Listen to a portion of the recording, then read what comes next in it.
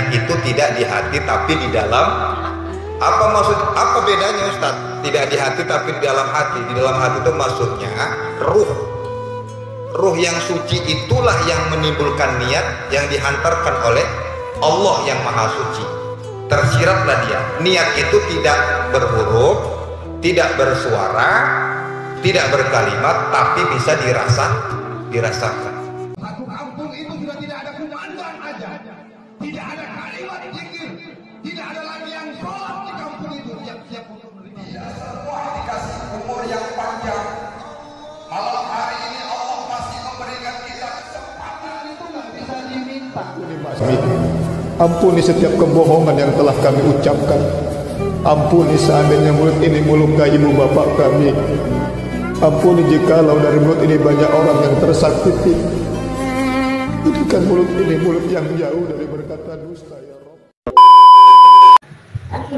Bismillahirrahmanirrahim. Assalamualaikum warahmatullahi wabarakatuh. Alhamdulillahi wa barakatuh. Assalamualaikum warahmatullahi wabarakatuh. Wa ala alihi wa ashabihi amal sidqi wal wafa.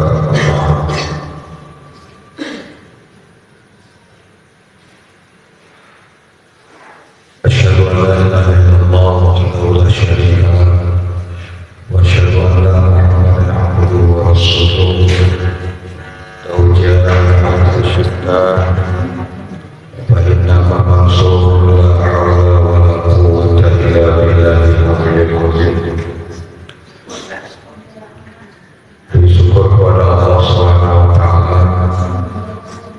Mari senantiasa mengucapkan kehadiran Allah. Terakhir mendengarkan diri kita kepada Allah Subhanahu wa taala. Hari ini kita mesti diberikan kesehatan, nikmat iman dan Islam, hingga kita kembali melaksanakan kegiatan rutinitas kita. Insyaallah Allah memberi kita semua salam dan selawat. Mari kita hadiahkan kepada baginda Rasulullah Muhammad sallallahu alaihi wasallam. Sallallahu alaihi wasallam Rasulullah. Allahumma shalli ala sayyidina Muhammad wa ala ali sayyidina Muhammad. Insyaallah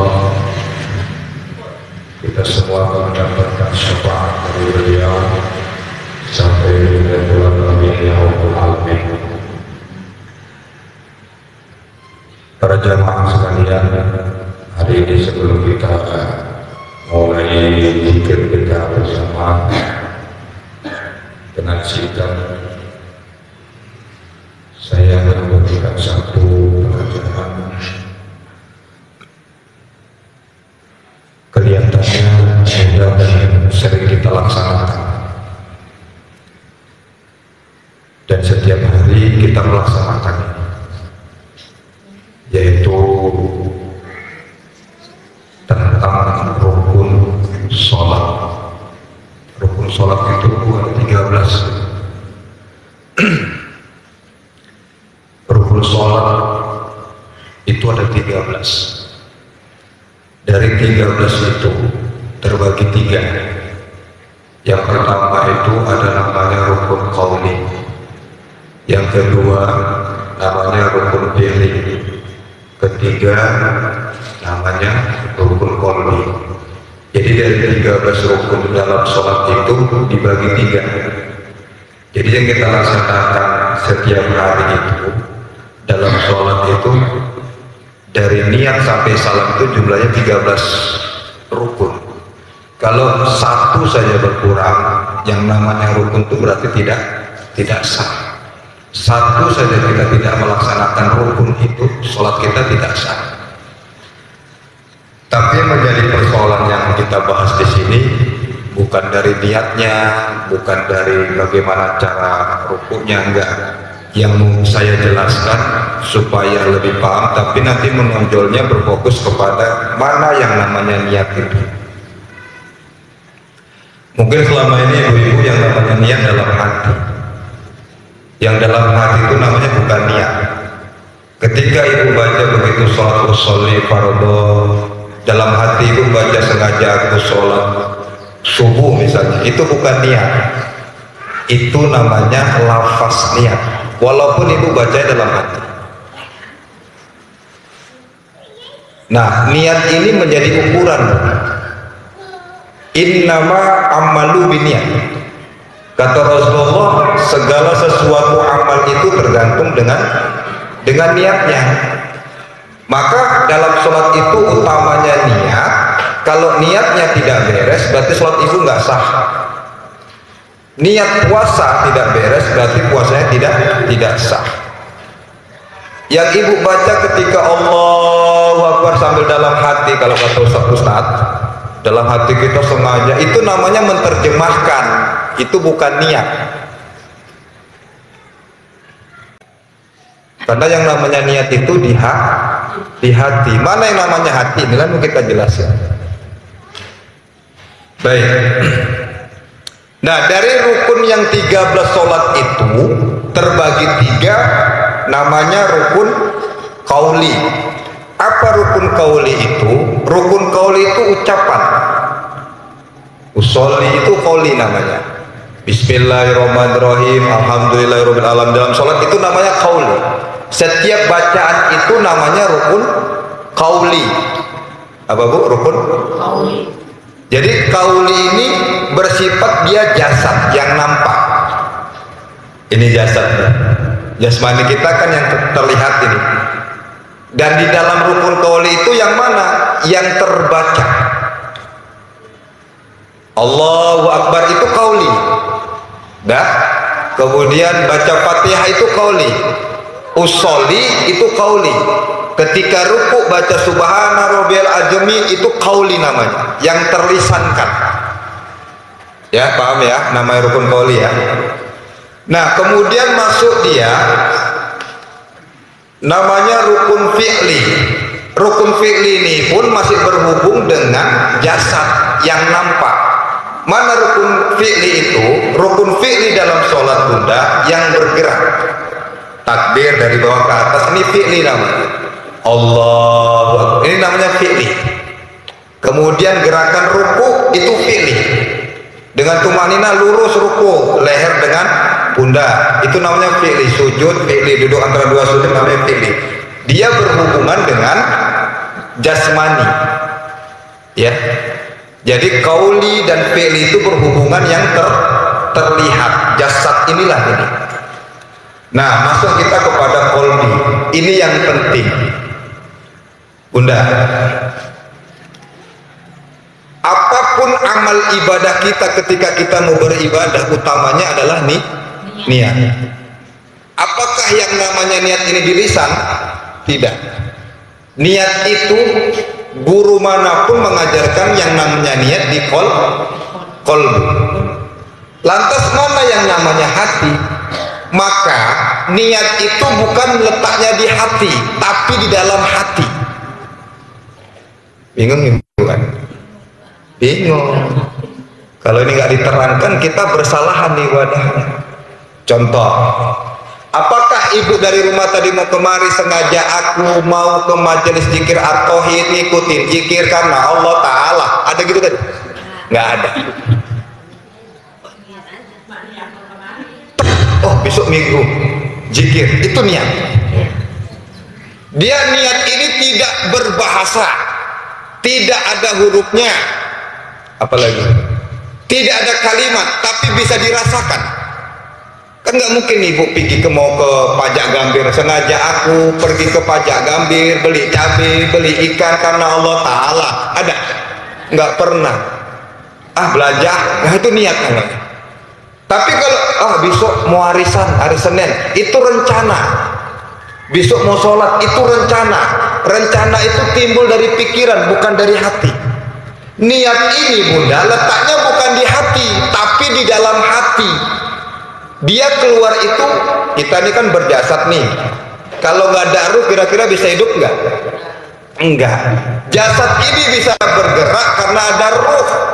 Ruh nanti ini keluar dari jasad ketika pada waktunya selesai kita waktu di dunia ini. Yang menanggung nanti di hadapan Allah itu jiwa kita, yang mengikuti ruh, jasad dipendem. Benar nggak? Besitu nyambung nggak kira-kira? Yang berhadapan dengan Allah jasad atau ruh?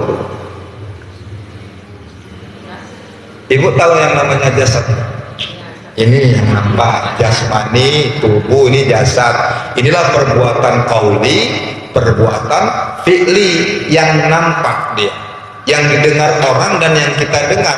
Makanya kalau dalam sholat juga, kalau kita nggak mendengar bacaan kita sendiri, telinga pun tidak sah dalam ilmu fikih. Nggak boleh ibu baca, nggak boleh, nggak sah. Harus subhana rabbiyal azmi, terdengar oleh telinga kita sendiri, tapi juga jangan kuat-kuat. Ini jadi makmum pamer, terganggu kawannya. Allahu Akbar, bismillahirrahmanirrahim, alhamdulillah, ganggu kawannya sebelah. Nggak boleh juga kayak gitu. Kadang-kadang udah tahu perempuan sujudnya pun gini tangannya, mau berkuasa sendiri, ya kan? Ada kadang-kadang paham yang seperti itu, bahwa niat itu bukan di hati tapi di dalam hati. Prosesnya gimana? Saya kasih tahu. Niat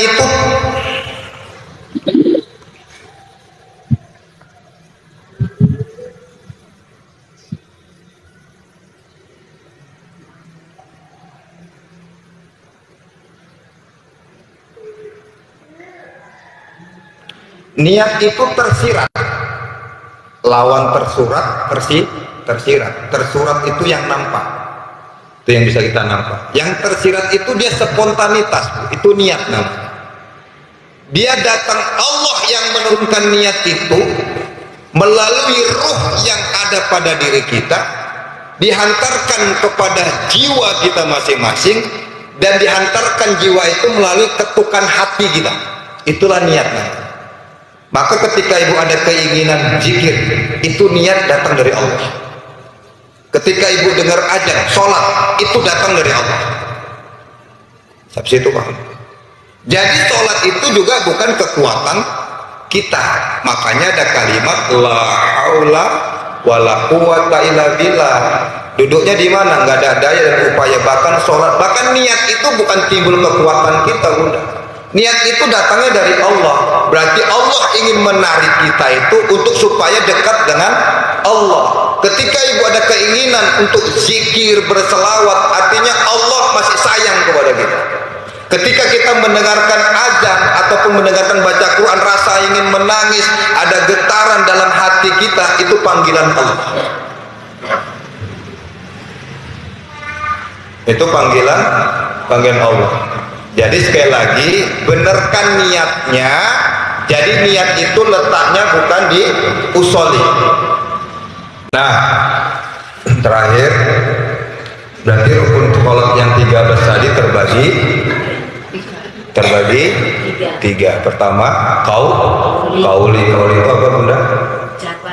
Yang ucapan, yang berbunyi, bacaan. Misalnya usoli, Allahu Akbar, baca Al-Fatihah, baca doa iftitah, itu namanya qauli, yang dilisankan. Lantas pertanyaan, bagaimana, maaf nih, ada orang saudara kita yang cacat, yang tidak bisa ngomong, gimana qauli? Itu lain cerita, karena uzur itu dalam hati, gitu, bacanya dalam hati dia. Kemudian fi'li itu apa namanya? Gerakan, ruku, gerakan tangan takbiratul ihram, itu namanya fi'li.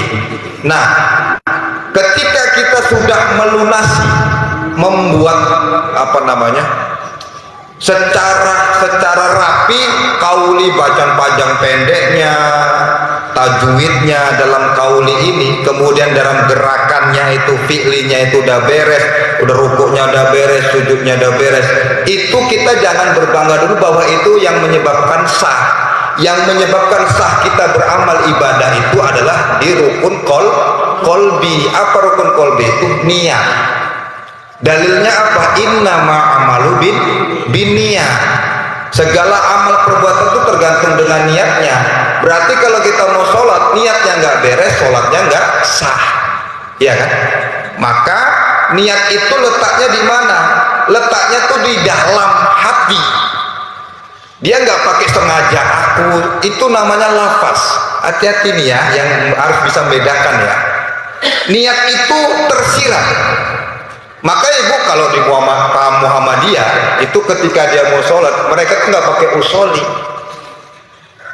Kenapa? Ya karena mereka menganggap bahwa usul itu bukan niat, usul itu lafaz. Karena kita menggunakan mazhab Imam Syafi'i, usoli itu fungsinya ataupun sengaja aku dalam hati itu untuk sebagai tanda bahwa kita sedang sholat zuhur misalnya, sebagai tanda untuk menguatkan ibadah kita. Tapi intinya yang namanya niat itu yang tersirat. Ibu ngambil wudhu ngapain? Sholat kah, baca Quran kah, mau apa, mau tawaf kah, apalagi mau keluar rumah kah, ya tergantung ibu. Nanti terceplos sendiri dia tersirat sendiri, itu namanya niat. Jadi niat itu bukan diucap, itu loh maksudnya. Niat itu bukan ucapkan. Niat itu tersirat yang di dalam hati kita, karena dia itu datang dari yang maha suci. Yang timbulkan niat itu bukan kita tapi Allah. Nah kalau besok kita mau zikir itu rencana bukan niat. Karena yang namanya rencana itu bisa jadi, bisa enggak? Timbul niat yang baik tapi nggak dilakukan melaksanakannya, kira-kira dapat nggak? Hah? Dihitung sama Allah. Niat yang baik tapi belum melaksanakannya, itu dihitung sama Allah. Niat sedekah, niat haji, niat aja haji, walaupun nggak berangkat haji, niat aja dihitung sama Allah. Ya iya dihitung. Bisa jadi bu, Allah berkehendak karena niat kita yang kuat ini, yakin kita, maka ruh kita itu walaupun jasad kita di kamar, bisa jadi ruh kita itu udah berputus-putus sama kawan kita di Ka'bah, udah tawaf gitu. Kawan kita belum sampai turun pesawat di Jeddah, kita udah puter-puter nih, udah ziarah lagi. Heran orang, ada nggak kejadian seperti itu? Ada, tapi jangan diharap-harap. Niat aja. Lebih bagusan mana? Jasad atau jiwanya? Dua-dua. Dua-dua. Tapi lebih yang diterima itu tandanya kalau ruhnya udah ke sana, berarti Allah benar-benar memanggil kita.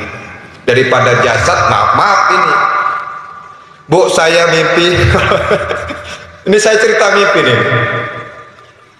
Saya sebelum berangkat umroh dulu, sebelum diberangkatkan umroh ya, bukan berangkat tapi diberangkatkan umroh, mimpi saya datangi Ka'bah itu sendiri 4 kali. Nanti masalah ada hubungannya nanti kemari. Mimpi pertama itu Ka'bah itu sepi bu, macam zaman dulu, bukit-bukit itu, jam yang di menara itu belum ada dalam mimpi itu, nggak ada orang, nggak ada manusia satupun, cuma saya sendiri di situ. Saya heran kok, dan herannya setiap mimpi itu bu, setiap bulan Zulhijjah. Mimpi kedua gitu lagi, agak rame. Mimpi ketiga macam keadaannya sekarang, udah ramai. Mimpi keempat ternyata dikabulkan Allah, berangkat. Itu yang keempat, itu nggak mimpi. Yang keempat dinyatakan Allah. Yang sepi tadi maksudnya apa? Saya nanya sama guru saya. Satu, yang kedua itu gambaran banyaknya orang beribadah umroh, banyaknya orang beribadah haji, ternyata jiwa mereka itu nggak di situ,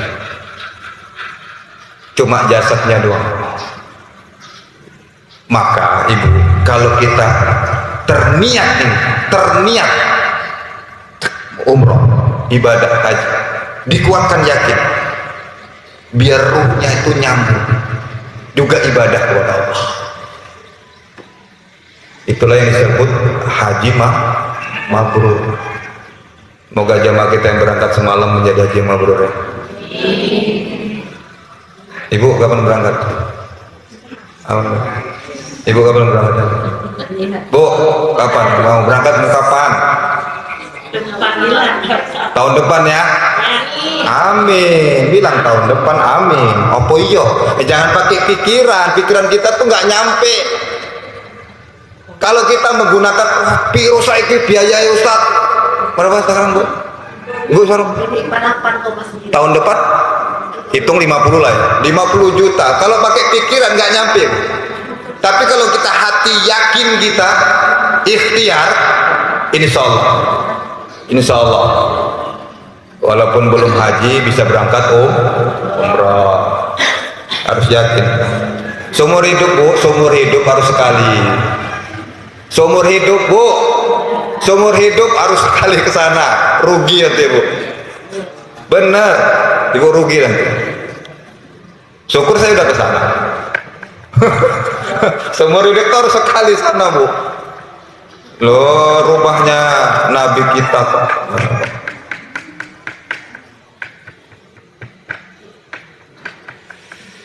Oke, itu ya Bu ya. Itu sebagai pemahaman aja. Niatnya dikuatkan. Niat itu tidak di hati tapi di dalam. Apa bedanya Ustadz? Tidak di hati tapi di dalam hati. Di dalam hati itu maksudnya ruh yang suci itulah yang menimbulkan niat yang dihantarkan oleh Allah yang maha suci. Tersiratlah dia. Niat itu tidak berhuruf, tidak bersuara, tidak berkalimat, tapi bisa dirasakan. Ada keinginan gini dalam hati gitu, ke Mekah gitu. Maka kalau itu kuat yakin kita, niat itu, ruh itu, itulah yang ke sana Bu. Walaupun jasadnya di rumah,